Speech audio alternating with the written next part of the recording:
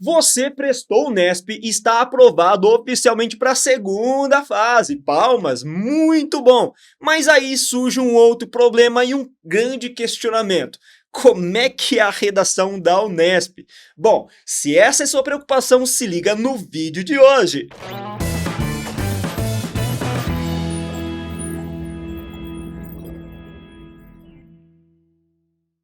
Fala, gente linda, beleza? Japa da redação aqui trazendo um conteúdo de qualidade para vocês. Mas antes de entrar no mérito do conteúdo propriamente dessa aula, peço aquela gentileza de sempre para vocês todos. Se você não é inscrito aí no nosso canal, se inscreva, ative suas notificações para receber as notificações dos vídeos mais recentes. Vai lembrar que a gente tem aula toda semana aqui disponível. Além do que, você pode ajudar curtindo esse conteúdo e compartilhando com mais gente, com as pessoas que vão prestar o Nesp este ano, por que não? Dito isso, a gente pode ir finalmente para a nossa aula. Vale lembrar que hoje a gente vai falar sobre o seguinte: a gente vai trazer a Unesp 2022, analisar textos motivadores e a proposta por si, para estabelecer aquilo que a gente pode esperar para este ano também. Afinal de contas, uma das formas de você entender melhor a prova e se dar muito bem é revendo o passado. Bom, gente linda, e qual foi o tema de redação da Unesp 2022? Foi esse aqui, ó, que vocês estão vendo na telinha neste momento. Tristeza em tempos de felicidade compulsória. E para acrescentar mais dados, ele trazia até uma perguntinha motivadora: tudo bem não estar bem? E aí, quando meu aluno se deparava com uma pergunta dessa na comanda, ele tinha palpitações, insegurança. Meu Deus, como que eu vou desenvolver uma redação como essa nesse campo, nesse cenário da Unesp? Enfim, o meu aluno ficou realmente muito inseguro sobre isso. Mas calma, toma cuidado, não caia nessa armadilha de criar expectativas, de criar inclusive um nervosismo excessivo de uma coisa que você ainda não conhece. Por quê? Porque quando você se depara com um tema de redação e a comanda muitas vezes é vaga, imprecisa, subjetiva e remete a uma reflexão um pouco maior, a gente realmente fica muito nervoso. E todo esse nervosismo muitas vezes passa quando você acaba lendo os textos motivadores, porque eles proporcionam pra gente um norteamento, um direcionamento. É nesse texto ou nesses textos motivadores que você vai observar justamente as expectativas da banca. Então você tem que fazer o quê? Faz a leitura da comanda? Faça, mas não fique nervoso, fique muito ansioso, não se frustre com essa comanda. Leia cada um dos textos motivadores apontando aquilo que você viu de mais característico em cada um deles. Tudo bem? Dito isso, editor, sobe para mim o meu primeiro texto motivador, que foi uma musiquinha composta por Vinícius e Baden Powell, uma parceria na verdade. E como professor que não tem nenhum talento para música, eu apenas vou ler com vocês. Me acompanhem então, tá? É melhor ser alegre que ser triste. A alegria é a melhor coisa que existe. É assim como a luz no coração. Ai, que bonitinho, né? Uma cantigazinha bem agradável aos nossos ouvidos. Veja uma coisa interessante. Existe uma espécie de exaltação da felicidade, não é? Porque a felicidade é melhor que ser triste no final das contas. A valorização da alegria em detrimento da tristeza. De fato, isso procede na nossa sociedade. É muito melhor ser feliz do que ser triste, certo? Veja que ele continua esse texto dizendo o seguinte: mas para fazer um samba com beleza, olha só o operador argumentativo que ele usa. Ele usa o mas, um conectivo adversativo, que vai inserir um argumento mais forte na sequência da oração, da construção frásica. Mas para fazer um samba com beleza, é preciso um bocado de tristeza. É preciso um bocado de tristeza, senão não se faz um samba não. Veja então que esse texto traz como alguma coisa inerente à composição musical e à satisfação também de fazer uma letra, a tristeza. A tristeza como reflexo da condição inerente ao ser humano na manifestação poética. Então, veja que ele coloca a tristeza, que é uma das palavras-chave do nosso tema de redação, que atribui a esse sentimento algo que é natural, algo que é inerente ao processo poético. Agora, olha só o nosso texto número 2, que na verdade é uma tirinha. Vocês podem observar essa tirinha que tem um teor bem crítico mesmo, bem existencialista. Vai, vamos ler comigo. Todos tomam os remédios, mas ninguém tem o direito de ficar triste. Isso não é triste? Não há como saber. Veja que ele está falando de um outro fenômeno chamado de medicalização da felicidade. O que é isso, professor? Medicalização da felicidade? Olha o nome, diz respeito à utilização de remédios de medicação com o objetivo de driblar o sentimento de tristeza, como se a tristeza tivesse que ser descartada como se fosse uma patologia, uma doença, gente. Na sequência, eu tinha um terceiro texto que parte de uma entrevista feita pela revista Época a um profissional especialista da área da psicologia chamado de Pascal Bunkner. Dá uma olhadinha nesse trecho. A Época pergunta: como a felicidade se tornou uma tirania? Veja a expressão tirania sendo utilizada na pergunta elaborada pela revista, pela entrevista. O Pascal Bunkner responde: no século XVIII, a felicidade já deixara de ser um direito para ser um dever, tornar-se um dever. Mas essa inversão de valores só se consolidou no século XX mesmo, depois de 1968, quando se fez uma revolução em nome do prazer, da alegria, da voluptuosidade. A partir do momento em que o prazer se torna o principal valor de uma sociedade, quem não atinge vira um indivíduo fora da lei. Quem não atinge a felicidade vira um indivíduo fora da lei. Falamos aqui de um processo que não está escrito nesse texto, mas dá tudo a entender sobre a questão principalmente da tirania do que? Da felicidade. Ou seja, da imposição compulsória da felicidade a todo mundo. E a Época pergunta mais uma coisa: sofrimento virou uma doença? Isso é importante. Sofrimento, doença? E aí ele responde: sempre detestamos o sofrimento. É normal. A novidade é que agora as pessoas não têm mais o direito de sofrer, então sofre-se em dobro. Querer que as pessoas se calem sobre a dor física ou psicológica é apenas agravar o mal. Você percebe então que os textos estão bem alinhados nessa questão, né?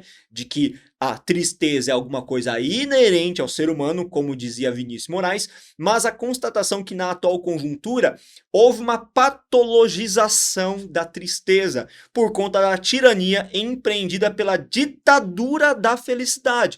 Expressões essas muito corriqueiras na atual conjuntura brasileira. E aí nós tínhamos esse quarto texto para vocês lerem comigo com calma. Vamos lá? Naomi Osaka afirmou na capa da revista Time há alguns dias: It's okay not be okay. Meu inglês excelente. Ela quis dizer o quê? Que está tudo bem não estar bem, que foi justamente o quê? O tema de redação da VUNESP. A tenista, que havia abandonado Roland Garros para cuidar de sua saúde mental, confirmou em um texto em primeira pessoa a pressão que sofreu nos últimos meses. Falou também da importância de trazer à tona o debate sobre a saúde mental em nosso tempo, e não só no esporte. Espero que as pessoas, diz ela, entendam que está bem não estar bem, e está bem falar disso também. Há pessoas que podem ajudar e, em geral, há luz no fim de qualquer túnel. Então ela dá um olhar mais otimista em relação a essa condição de tristeza, encarando a tristeza como inerente ao ser humano, desafiando o quê? A conjuntura da tirania da felicidade. A partir da leitura de todos esses textos, o que deu para perceber? Que a Unesp está buscando tematizar algo extremamente subjetivo, reflexivo e contemporâneo, apesar da problemática ter raízes de ordem histórica, não ser recente. Mas é um fenômeno que tem se intensificado cada vez mais, com essa imposição da ditadura da felicidade e da também patologização da tristeza. A tristeza se tornou um mal que deve ser combatido, inclusive com medicação. Professor, então quer dizer que esse tema também pode ser associado intimamente à questão que envolve saúde mental? Certamente. O último texto, inclusive, falava sobre isso, sobre um atleta que, diante de uma condição de tratativa de saúde mental, se afastou do esporte momentaneamente para se tratar. Então tem a ver com esse fenômeno também associado à saúde mental, depressão, ansiedade. Vale lembrar que nós nunca tivemos um número tão grande de ansiosos, depressivos na sociedade brasileira, a começar pelos jovens, que são mais acometidos por esses tipos de patologias mentais. Além de tudo isso, a gente poderia muito bem estabelecer uma relação crítica com a atual conjuntura das redes sociais, da questão tóxica mesmo, de uma felicidade que se impõe sempre premente para a gente conseguir conquistar o quê? Número de seguidores, cada vez mais curtidas, como os influenciadores fazem. Lembrando que a nossa realidade hoje, ou melhor dizendo, o nosso significado, o nosso sentido é muito valorizado e perpetrado pela aprovação alheia dada pelas redes sociais. Ou seja, parece que a gente passa a existir para as pessoas a partir do momento que a gente tem bastante número de curtidas, bastante número de seguidores. E vale lembrar que é muito importante aqui, que esse tema de redação, exigia que você, meu caro aluno, fizesse uma utilização de repertório acadêmico, repertório com valor da sociologia, da filosofia, da literatura, da arte, do cinema em alguma parte também. Ou seja, ela exige que você tenha um conhecimento amplo nessas demais áreas para fazer uma associação com esse problema e provar mesmo o seu posicionamento a partir de uma argumentação extremamente persuasiva. Portanto, as expectativas da banca diziam respeito a esses tantos fatores. Um tema que trata de saúde mental, um tema que trata das redes sociais catalisando o problema, um tema que trata da medicalização da felicidade, assim como da ditadura da felicidade. Se você fez esse recorte, com certeza você foi muito bem nessa prova neste ano. Mas como essa análise teórica não ajuda muitas vezes a gente a entender na prática como funciona, o que o professor fez? Trouxe um modelo instituído por esse tema de redação, nota máxima, nota 28, então se liga aí. Ah, peraí, antes de continuar essa aula, tinha me esquecido já, né, editor? Antes de mais nada, quero fazer o meu merchanzinho básico, né? Gente, se vocês não conhecem a Corrige-me ainda, tá na hora de conhecer. Para isso, basta clicar no link que está na descrição desse vídeo. Por meio desse link, você vai acessar a Corrige-me e conhecer uma das melhores plataformas de correção de redação, classificado atualmente como a melhor do Brasil. E já obtivemos muitos bons resultados, tanto no Enem, FUVEST e, claro, para você que vai prestar o Unesp que está assistindo esse vídeo também. Nossa plataforma trabalha com dois pilares fundamentais, gente linda. E esses dois pilares têm que caminhar sempre muito juntos, e é isso que a gente propaga dentro da nossa metodologia de estudos da redação. Um desses pilares se baseia na teoria, então nós disponibilizamos diversas aulas, diversos cursos na nossa plataforma, pelas quais você vai ter informação sobre a técnica redacional, sobre argumentos, sobre formas de introdução e, claro, as diferentes formas também de concluir um texto. A partir desses conhecimentos teóricos que você adquirir nos nossos cursos, você tem à disposição uma ferramenta de envio de redação, em que você pode enviar a redação manuscrita e tirar uma foto ou digitar na própria plataforma.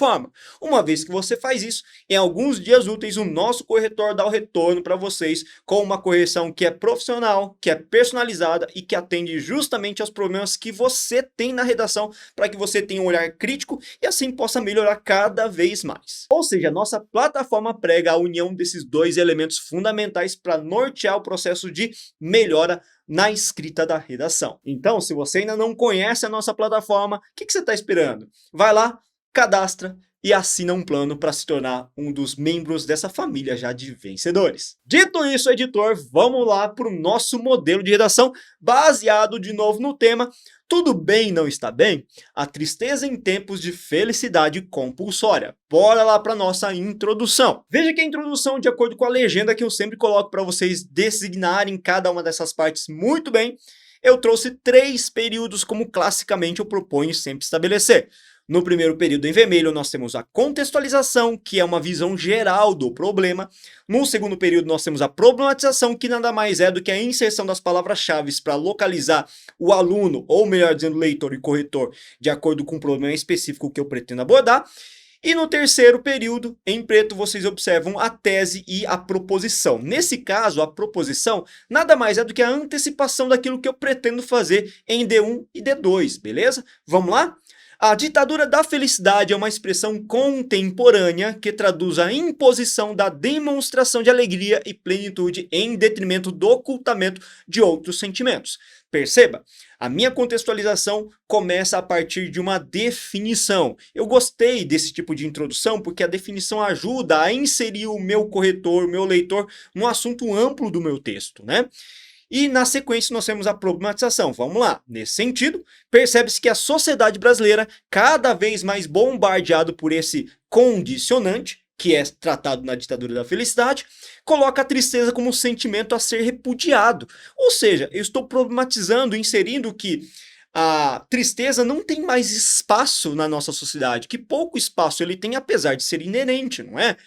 Nesse sentido, é premente analisar as razões pelas quais o fenômeno é catalisado a partir das influências da internet e da estigmatização da melancolia. Perceba, eu defini que de fato sim, a tristeza é alguma coisa inerente à sociedade, mas ela é colocada de lado constantemente.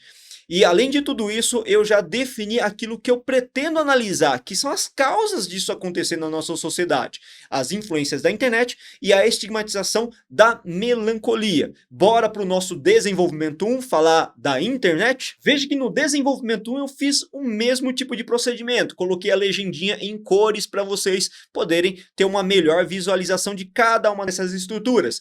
E cada cor representa também um período diferente. Obviamente que nosso texto ele é arquitetado bonitinho no projeto de texto para ter 4 períodos no desenvolvimento 1 e 4 períodos no desenvolvimento 2. É uma padronização que eu acabo adotando e que funciona muito bem e os meus alunos também usam bastante, tá? Vamos para o nosso tópico frasal. De início, constata-se que as redes sociais intensificaram a opressão trazida pela ditadura da felicidade. Veja que eu estou me comprometendo nesse parágrafo, a partir do tópico frasal, em falar da rede social, ou melhor dizendo, das diversas redes sociais que catalisaram o problema da ditadura da felicidade. De acordo com o sociólogo Zygmunt Bauman, perceba que na sequência eu já insiro um repertório, haja vista que na VUNESP eu tenho que trabalhar com repertório acadêmico. As novas tecnologias da informação mudaram a forma de entendimento das relações e propiciaram a excessiva exposição do ser, o qual passou a ser intensamente valorizado pela aprovação alheia. Veja que a gente está trazendo um cenário típico das redes sociais, do Instagram, TikTok, Facebook, em que a nossa existência, a nossa exposição excessiva é justificada e necessária, né, de ter aprovação alheia também. Veja que na sequência, uma vez que eu inseri o meu repertório, eu passo para a análise desse repertório associado ao dilema vivenciado na atual conjuntura.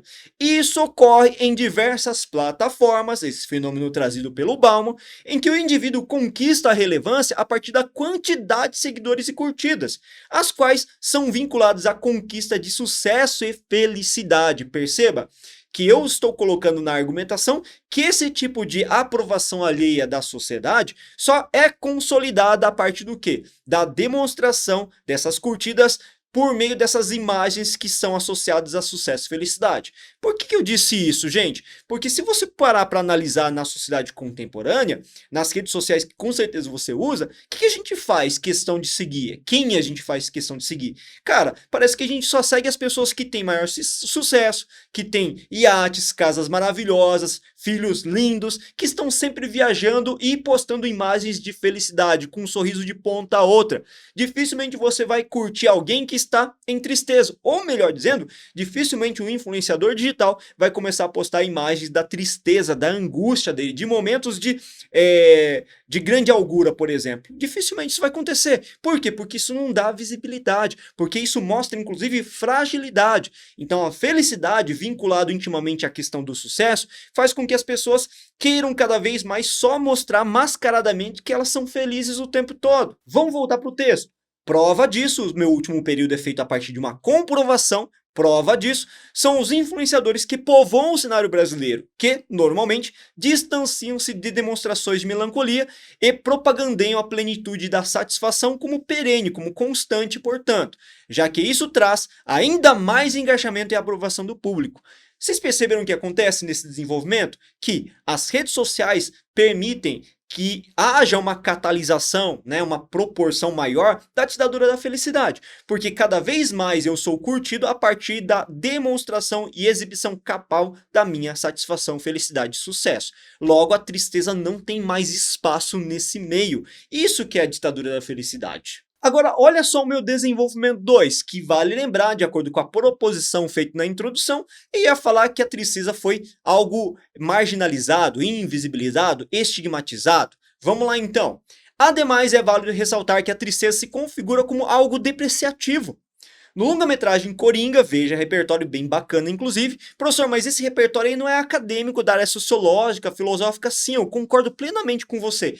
Mas concorda comigo também que esse tema trazido, elucidado por esse filme, foi muito bem explorado, que esse filme não é qualquer filme, que esse filme inclusive é ganhador de diversos prêmios, ou seja, existe uma avaliação crítica muito positiva sobre esse filme, né? Então por isso que eu utilizei pontualmente aqui. No longa-metragem Coringa, Joaquin Phoenix interpreta Arthur Fleck, um jovem que sofre com distúrbios mentais, os quais não são compreendidos pela maioria, levando à sua invisibilização, haja vista que poucos se sensibilizam com seu estado. Perceba que é o cenário tido no filme especificamente.